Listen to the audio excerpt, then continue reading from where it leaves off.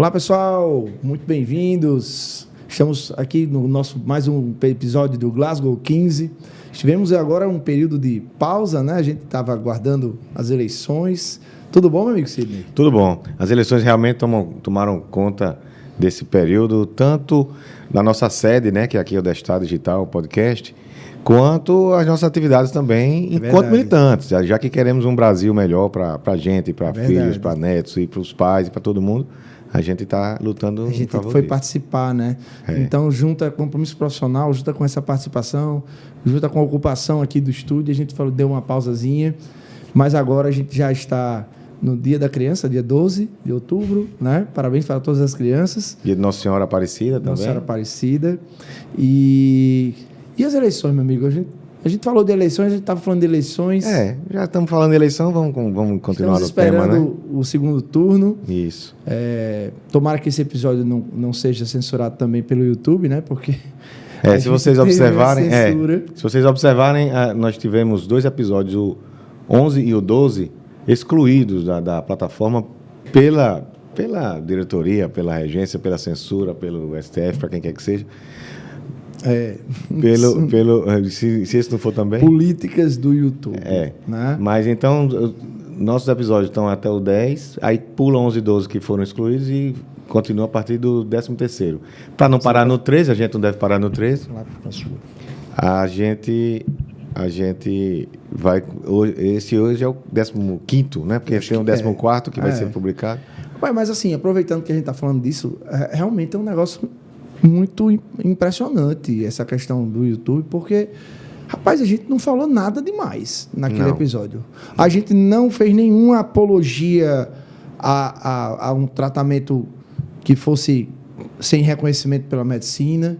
Né? A gente estava falando basicamente da autonomia do médico de escolher. Isso. O problema é que a doutora Roberta Lacerda, que é um ícone e foi quem levantou também a bandeira da defesa do tratamento precoce. Aí ela já fica como alvo. Aí ela já fica, exato. Ela é como se fosse uma criptonita nesse campo aí. É bem minado para ela.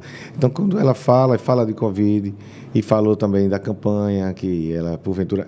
Inclusive, ficou na primeira suplência. Foi? Foi. Olha na aí. primeira suplência de acho que quatro deputados federais do PL que foram Ela teve eleitos. mais de 14 mil votos. Foi. E eu votei nela, 22-11, porque eu penso que ela, além de estar levantando uma bandeira muito importante, ela também tem uma capacidade técnica muito grande. E a gente precisa disso na política, né? A gente elege cada pessoa assim, sem nenhuma instrução, né? E você tem uma pessoa que tem o nível de estudo que ela tem, é óbvio que o que ela vai produzir como parlamentar vai ser coisa de alta qualidade. Né? Sem dúvida. Tem um nível intelectual bom, tem um nível ético, moral também. Então, isso é o que a gente precisa, né? Para mudar tudo isso que está aí. Eu fico indignado com... Eu estava pensando aqui, Renato, como é que o cara, quando é preso ou quando o cara comete um delito, a primeira coisa que é caçada dele é o RG, né? Ele tira o RG, fica lá. Então, eu me lembro que antigamente até você dizia assim, ande sempre com o seu RG, porque se você não tiver o RG e for abordado pela polícia ou alguém... Vão pensar que você é um fugitivo. Isso, vão pensar que você é um bandido, um criminoso, que perdeu logo o RG, ficou logo retido. Aí agora tem urna eleitoral dentro de presídio, né? Pois não é. Porque os presidiários não estão saindo para votar. Senão eles não retornariam mais. E os presídios estão lá, com sua lotação normal. Então, tem urna eleitoral, tem sessão eleitoral dentro dos presídios. Aí fica muito fácil votar naquele povo. O cara chuta a cara da sociedade, né? Mata uma pessoa, um pai de família, vai preso e vai escolher o destino do país. Pois é. Aí vai escolher quem? Vai escolher um deles, né? É verdade. Mas se o cara agora pode até ser candidato à presidência, a partido, quanto mais votar, né? Então, a bandidagem está unida. A classe dos presidiários realmente está, assim, com uma grande possibilidade de ter essa benesse aí. De levar seu mentor para a cadeira da República. Não sabemos, né? Assim, a gente não chegou ainda no segundo turno. As eleições, eu estava até vendo aqui, estão dando ampla margem para Lula, mas a gente não tem como acreditar, porque as pesquisas erraram feio. Né? Eu até fiz um comentário no blog do BG, nos comentários lá, não foi para ele, não. Dizendo assim, BG, você não acha que deveria ter um pouco mais de cuidado antes de publicar uma pesquisa dessa? Aí um amigo meu está dizendo, Renato, o cara está fazendo um trabalho jornalístico. Então, assim, ele está divulgando o que chega para ele.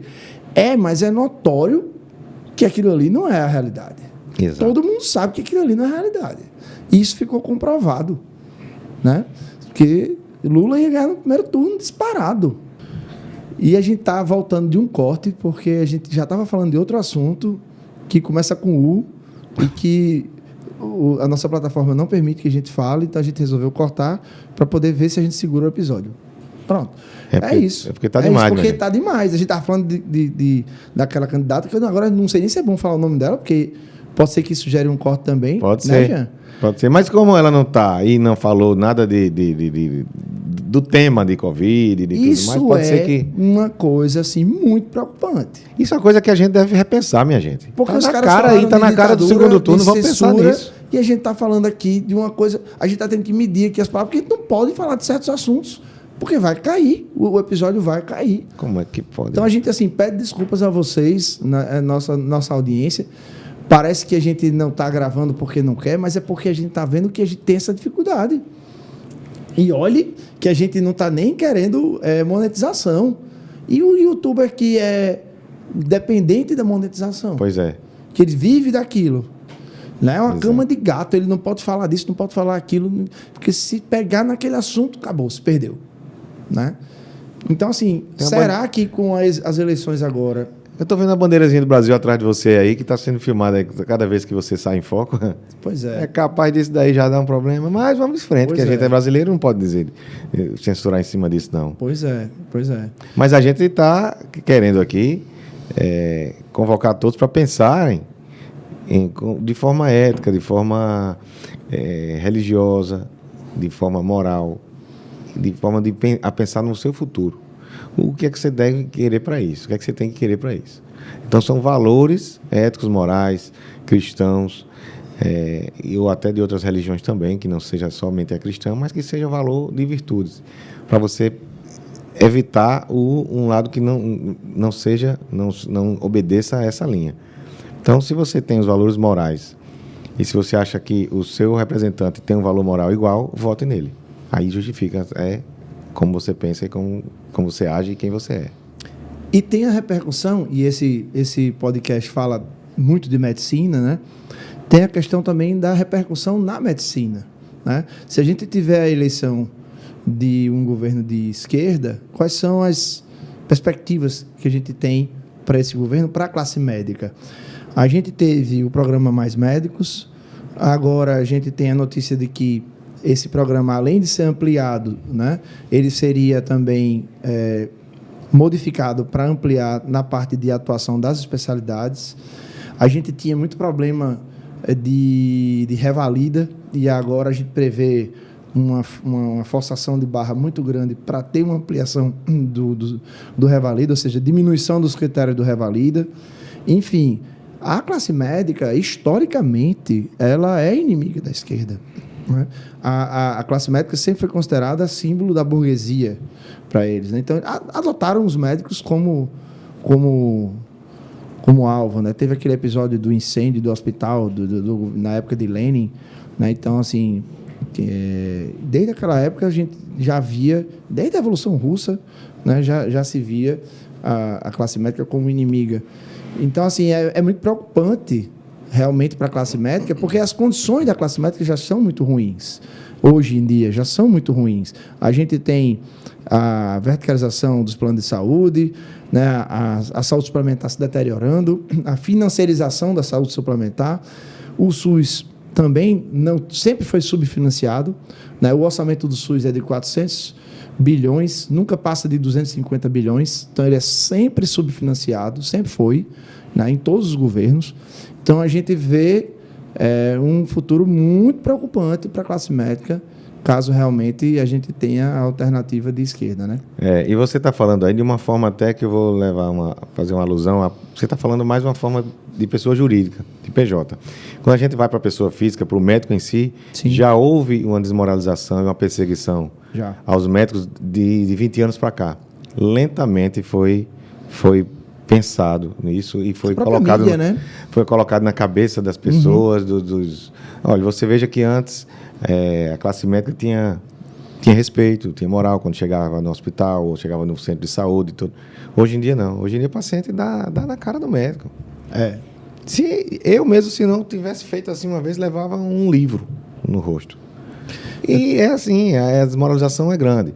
Então isso vem sendo plantado, vem sendo imbuído na cabeça das pessoas e na sociedade desde uns 20 anos para cá.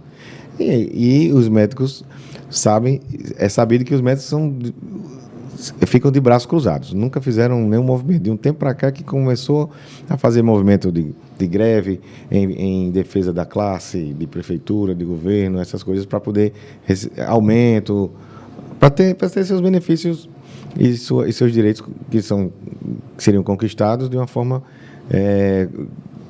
pautadas e colocadas em prática. Acontece que a própria prefeitura daqui do Natal ficou encurralada. Você veja que tudo o que o prefeito dizia na época da pandemia, o governo estadual dizia de uma forma diferente. Aí, semana que vem, ele dizia aquilo. Era só para ser do contra. Em relação à máscara, em relação a shopping, em relação à colocação, hospitais, tudo. O hospital de campanha, o governo demorou muito para fazer. Pois é. Então, tudo o que fazia... Imagine se o governo federal entrar em consonância com esse governo estadual. A prefeitura vai ficar encurralada ali e não vai fazer muita coisa. Então, a gente tem que pensar nisso também. E nós, médicos, já nos unimos semana passada na Associação Médica. Foi um episódio muito proveitoso, uma reunião muito, muito salutar, inclusive. E vai ter outra reunião dentro em breve, daqui a uns dias. Então, para poder acelerar esse tipo de movimento, de conscientização e de apoio. Até porque o médico precisa desse apoio, precisa de toda a classe, precisa de... Imagine você ser dono de um laboratório, uma clínica, um hospital. Aqui até a gente tem nosso parceiro, Alexander Fleming, que a gente não falou. Mas, um abraço para os nossos parceiros da Alexander Fleming. Realmente é uma parceria muito forte, a gente agradece demais. Isso. E esse tipo de empresário se preocupa, porque no bojo de todos lá, nem todo mundo pensa nessa progressão. Pensa assim, não, o empresário é assim, vota com fulano e a classe trabalhadora vota... Não. Se essa classe trabalhadora não tiver como é que se diz, em concatenação, pensar igual, digamos assim, com a classe empresarial, que acaba se prejudicando na ponta é ela. É verdade. Não é? Eu vi um post hoje muito interessante, não sei se é verdade, mas é uma frase atribuída a Chico Anísio, não sei se você viu. Não. Ele dizendo assim, não é estranho que a esquerda diga tanto que valoriza o pobre, né? E, ao mesmo tempo, não faz nada para que eles saiam da pobreza, né? Ou seja, é óbvio que eles querem que a população continue pobre porque são os apoiadores dele. Você acha que eles iam querer mudar essa realidade para perder apoio? Exato, né? Exato. Então, realmente, essa é uma complicação muito, muito difícil. Agora, uma coisa que eu vejo de mudança nessas eleições, nesse período, né, do governo de Bolsonaro, do governo de direita, é que você falou, os médicos foram para a rua, né? As pessoas estão se unindo.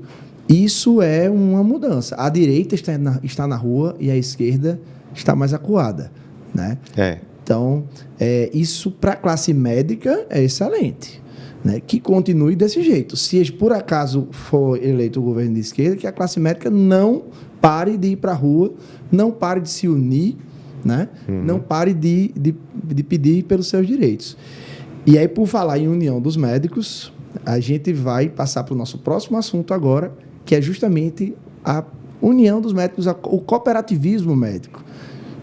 Então, vamos cortar agora para poder passar para o próximo episódio. No próximo episódio a gente se encontra com esse tema. Eu só quero, para terminar esse pensamento de Renato, de que se você falou que se o governo ganhar for de oposição? Se o governo de esquerda for eleito, sim, a gente que a classe médica não se desuna. O problema é que se o governo de esquerda entrar, quem vai ficar na oposição é a direita.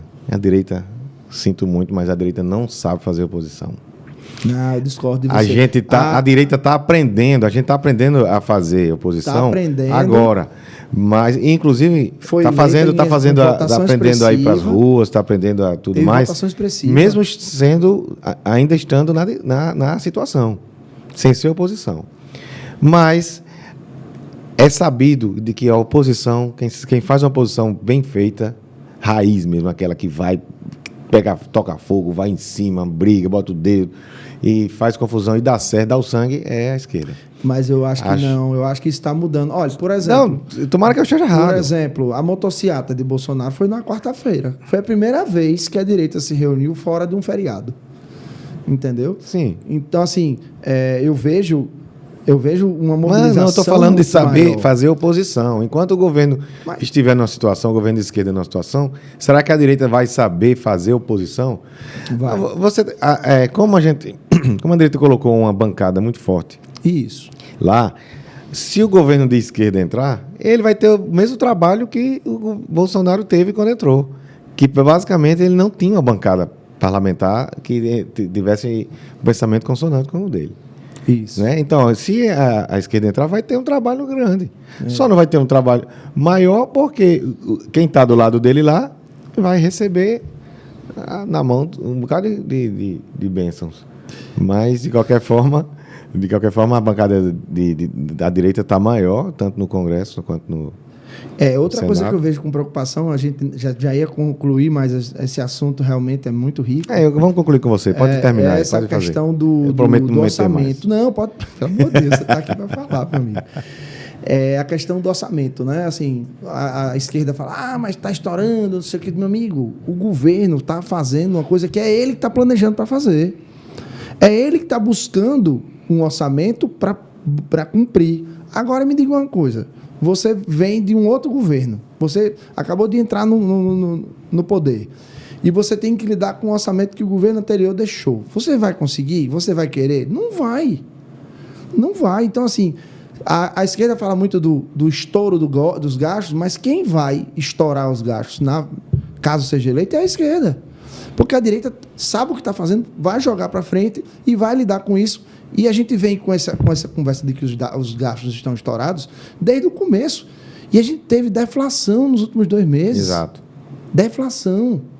Você acha que a gente vai ter deflação com o governo de esquerda? Lógico que não. Lógico que não. Então, assim, é bom para o Brasil que as coisas saiam do jeito certo. Que as coisas se endireitem, né? Que as coisas se endireitem. Exatamente. Não é só uma questão de ideologia, de pensamento, porque eu não tenho isso. Eu não sou um cara focado nisso. Eu tenho meu presidente. Não é não. Eu não morro de amores por ele, não. Mas eu penso que o Brasil só vai seguir um caminho bom realmente se a gente continuar no X que a gente está agora. Porque se a gente mudar de trilho, eu acho que o problema vai ser muito maior. Pois é, então com essas questões a gente finaliza esse episódio e esperamos ver você no próximo episódio do Glasgow 15 com o apoio do Laboratório Alexander Fleming. Valeu, pessoal. Forte abraço.